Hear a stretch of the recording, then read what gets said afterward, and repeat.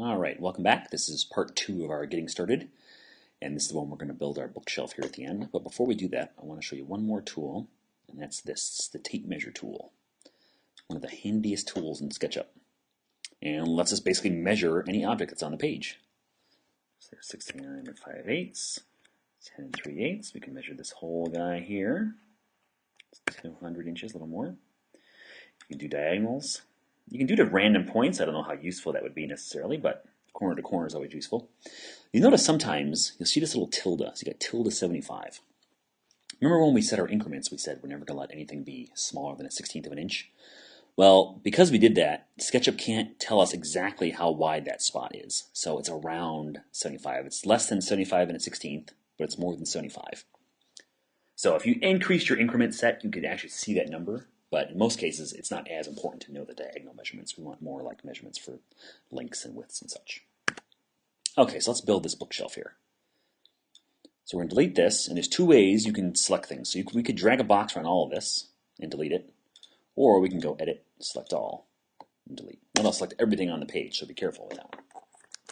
All right, so let's start building some boards here for our bookshelf. First thing we're going to do is build our side.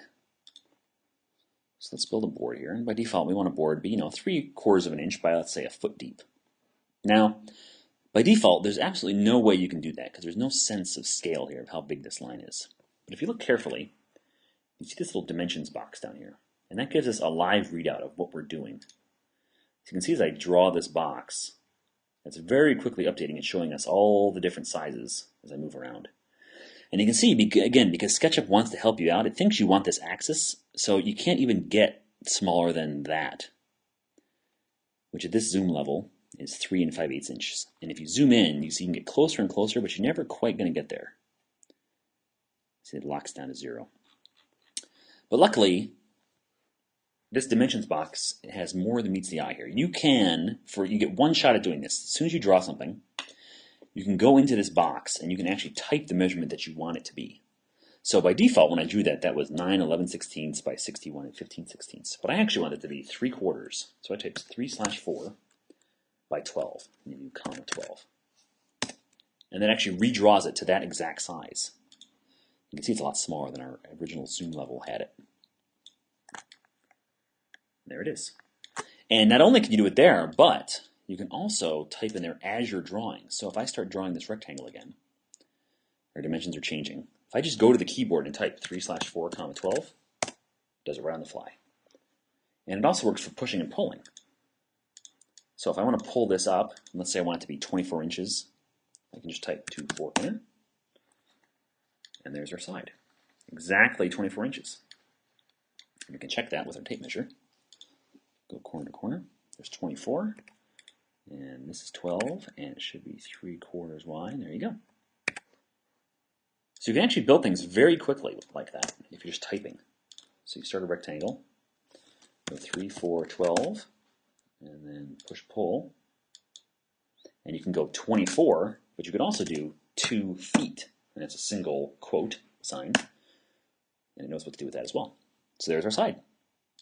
Now, the other side. So we could simply draw another one. Drag a rectangle tool, come out 3/4 by 12, and then go up 24.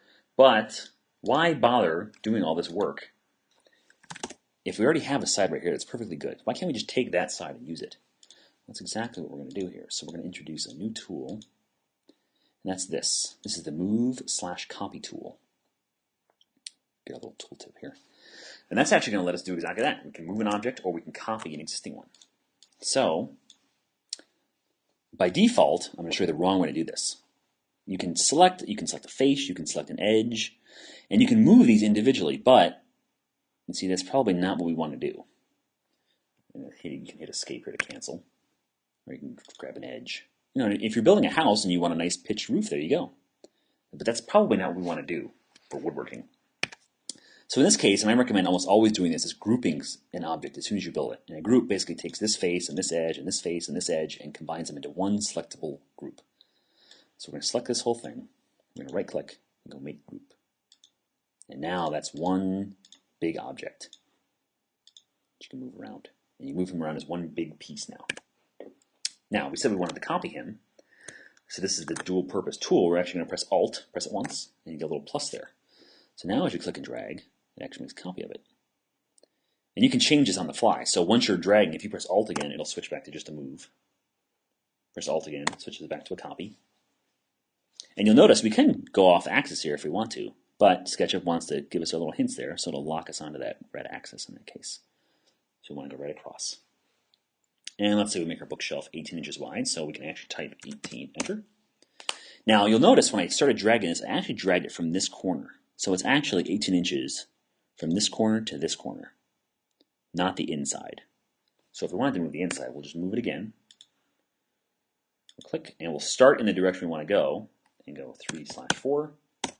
And now we just moved it 3/4 of an inch. And we can check that just to be sure. So now we got 18 inches between our inside faces. Okay, so let's build our shelves here. Now, there's two ways we can do this. You can build a shelf from the ground up. So you'll see SketchUp gives us that little hint there, knows what we want to do. And we can just pull this up into 3/4 of an inch. And there's our shelf. And again, we want to group that right away. And the other way to group is, you notice it's tough to select this now because it's touching two other things. So if you drag this box, it's going to select these. You don't want to group these in there.